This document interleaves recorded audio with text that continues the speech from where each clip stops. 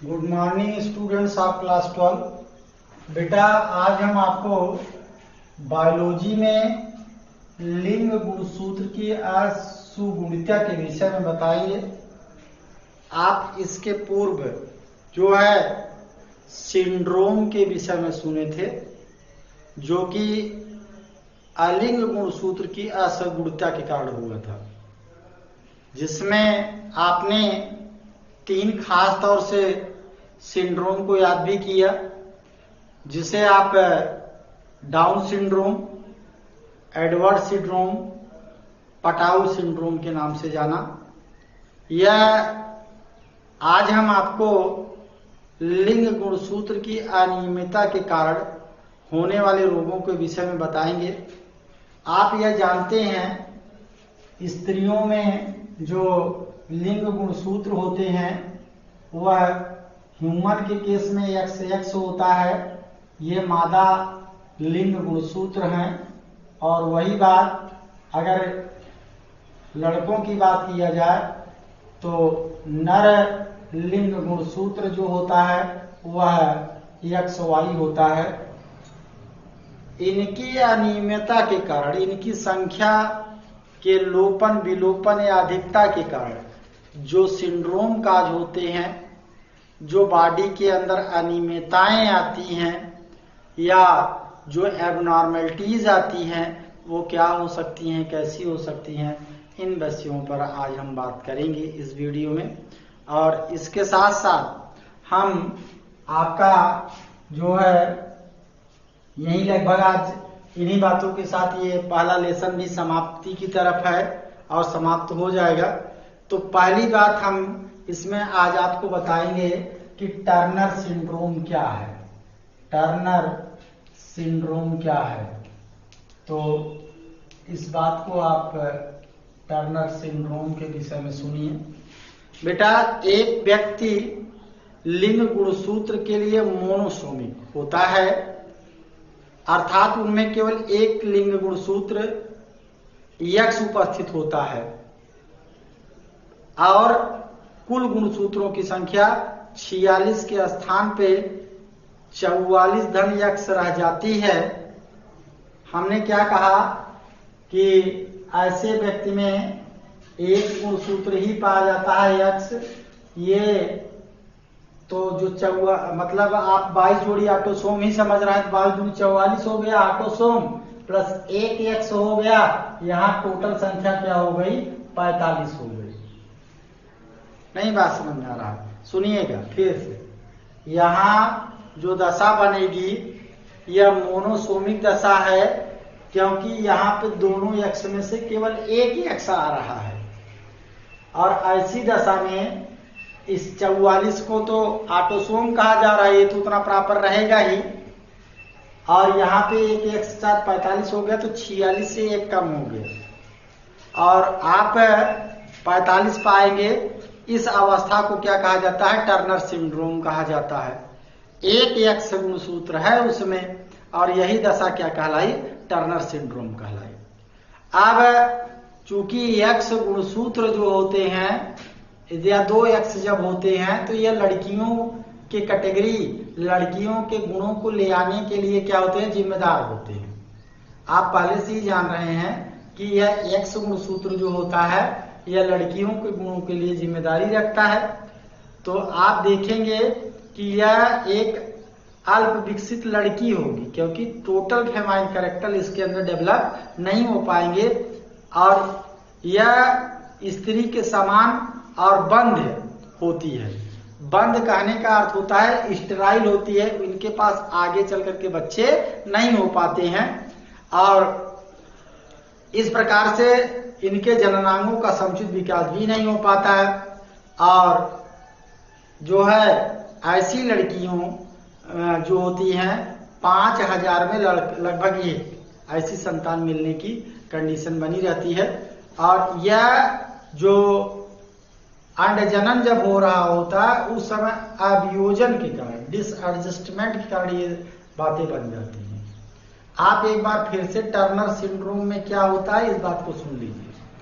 Turner syndrome कहने का अर्थ होता है एक ऐसी लड़की एक ऐसी संतान महिला मादा जिसके पास सिर्फ एक एक्स गुणसूत्र है।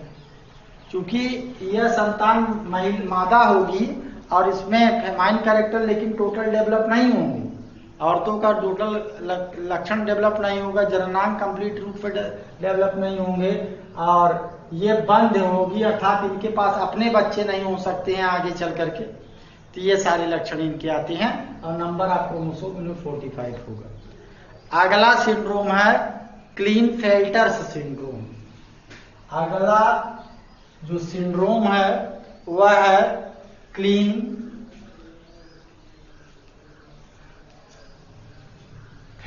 सिंड्रोम। क्लीनफेल्टर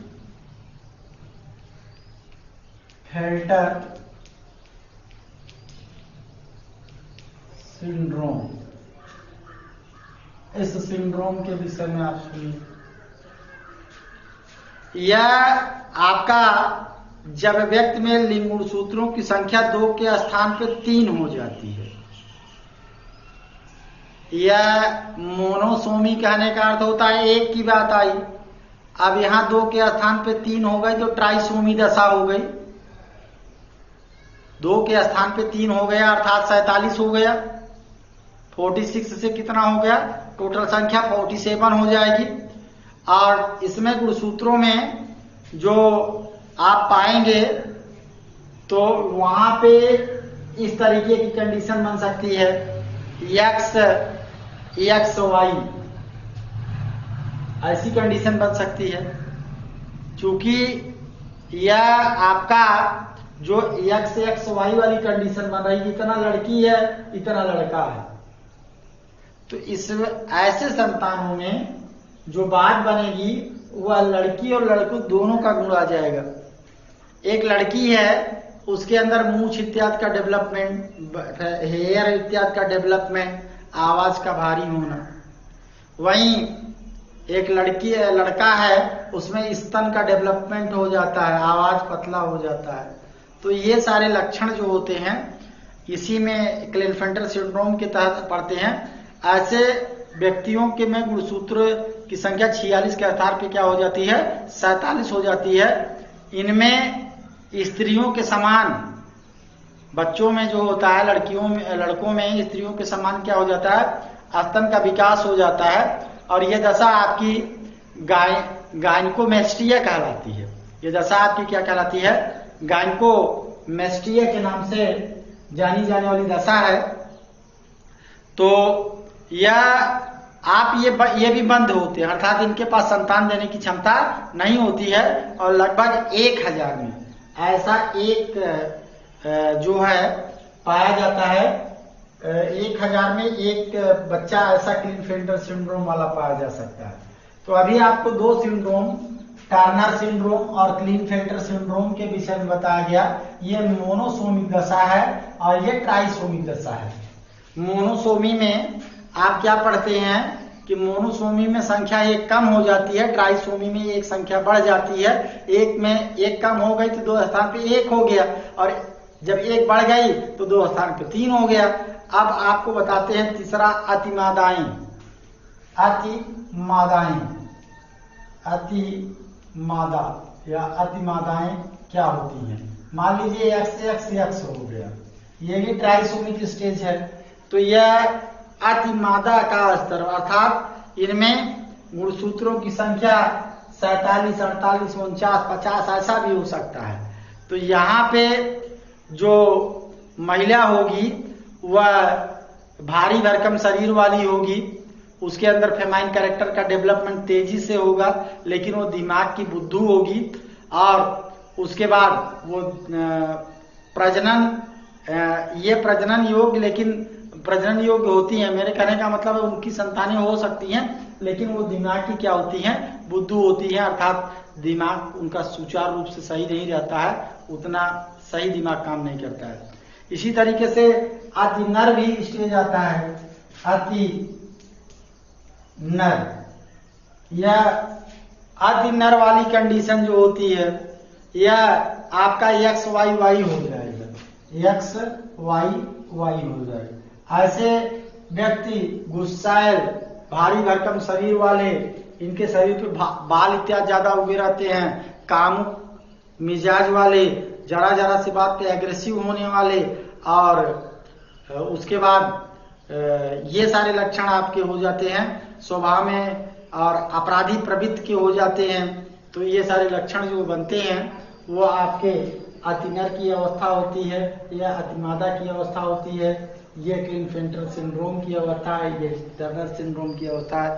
तो ये सारे लक्षण है ये, और यही यह लेसन खत्म हुआ। अब नेक्स्ट लेसन को हम आपको अगले पार्ट में, अगली वीडियो में बताएंगे। तब तक के लिए धन्यवाद।